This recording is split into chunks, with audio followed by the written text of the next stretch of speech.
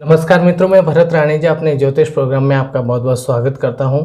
मित्रों, आज हम बात करेंगे दो शुभ ग्रहों की युति से बनने वाले एक योग के बारे में, जिसे लक्ष्मी योग कहा जाता है, लक्ष्मी नारायण योग कहा जाता है। तो ये योग कैसे बनता है, इसके बारे में आज हम बात करेंगे। मित्रों, शुक्र और बुध ग्रह की युति जब जन्म कुंडली में हो जाती है तब बनता है लक्ष्मी योग। ये योग यानी शुक्र और बुध की युति कैसे होती है, क्यों ये लक्ष्मी योग बनता है, इसके बारे में भी हम बात कर लेते हैं। मित्रों, दोनों ग्रह जो है, शुक्र और बुध ग्रह, दोनों शुभ ग्रह हैं, दोनों सौम्य ग्रह हैं। अब दोनों ग्रह आपस में मित्र हैं, यानी एक दूसरे के शत्रु नहीं हैं। दोनों ग्रह आपस में मित्र ग्रह हैं। तो मित्र ग्रहों की युति जो है वो बहुत ही शुभ युति कहलाती है। अब मित्रों, जन्म कुंडली में बात करें कि शुक्र और बुध लक्ष्मी योग कैसे बनाते हैं। तो शुक्र और बुध ग्रह, शुक्र ग्रह जो है वो जल तत्व का ग्रह है। शुक्र ग्रह जल तत्व का ग्रह है और बुध ग्रह जो है वो पृथ्वी तत्व के ग्रह है। अब मित्रों, जल जब बरस कर धरती पर गिरता है, पृथ्वी पर गिरता है, तो पृथ्वी उस जल को सोख लेती है और पृथ्वी उपजाऊ हो जाती है, हरी भरी हो जाती है, धन धान्य उत्पन्न होने लगता है। यानी धन धान्य जो लक्ष्मी का एक रूप है, जब धन धान्य होगा व्यक्ति के पास तो वो व्यक्ति लक्ष्मीवान हो जाएगा।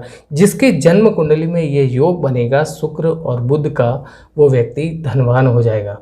तो आज जन्म कुंडली के माध्यम से मैं आपको बताऊंगा कि शुक्र बुध की युति किस तरह से और कौन से ग्रहों की दृष्टि से कब ये सफल होता है। ये योग जो है जन्म कुंडली में बनता है, केवल मात्र युति से ही नहीं होता है।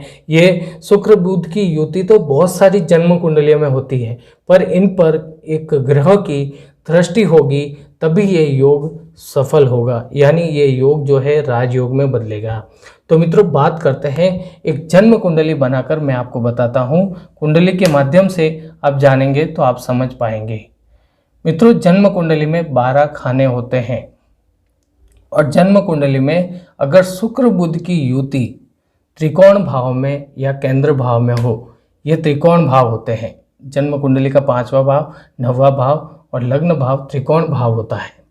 अब शुक्र बुध की युति इन 3 भाव में हो या फिर केंद्र भाव में हो, ये केंद्र भाव है जहाँ पर मैंने टिक किया है, यहाँ पर शुक्र बुध की युति हो। शुक्र बुध के साथ में अक्सर सूर्य भी होते हैं, क्योंकि तीनों ग्रहों की गति जो है वो एक समान है।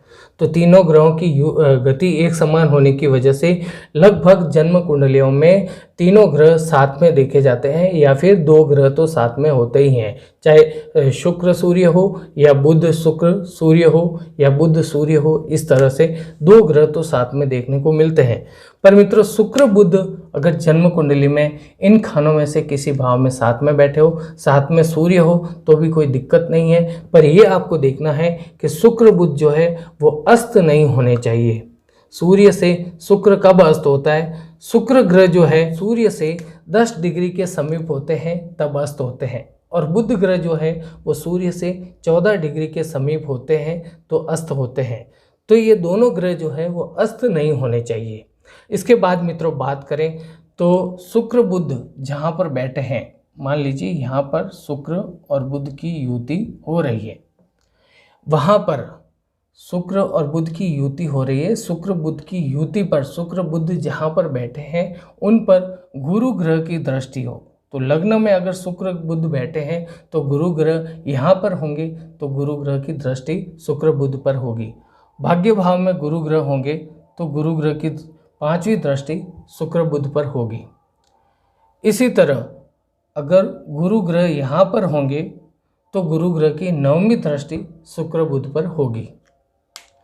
तो शुक्र बुध पर गुरु ग्रह की शुभ दृष्टि होने से ही यह योग लक्ष्मी योग बनता है। तो मित्रों, जन्म कुंडली में शुक्र बुध जहाँ पर युति कर रहे हैं, जहाँ पर एक साथ बैठे हैं, वहाँ पर उन पर गुरु ग्रह की दृष्टि होनी चाहिए। तो उदाहरण देकर मैंने आपको बताया कि शुक्र बुध लग्न भाव में हो तो गुरु की दृष्टि कैसे होगी। 9वें भाव में गुरु बैठे हैं तो उनकी 5वीं दृष्टि शुक्र बुध पर होगी। सप्तम भाव में बैठे हैं तो 7वीं दृष्टि गुरु की शुक्र बुध पर होगी।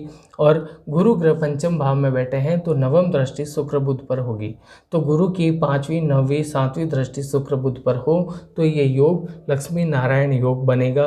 और ऐसा योग जिनकी जन्म कुंडली में होता है, ऐसे लोग शून्य से शिखर तक का सफ़र तय करते हैं। गरीब घर में जन्म लेकर भी ऐसे व्यक्ति धनवान हो जाते हैं। तो ये योग बहुत ही बड़ा शुभ योग है। और आपकी जन्म कुंडली में है या नहीं, कमेंट करके अवश्य बताएं। मित्रों, फिर मिलेंगे नई जानकारी के साथ। धन्यवाद।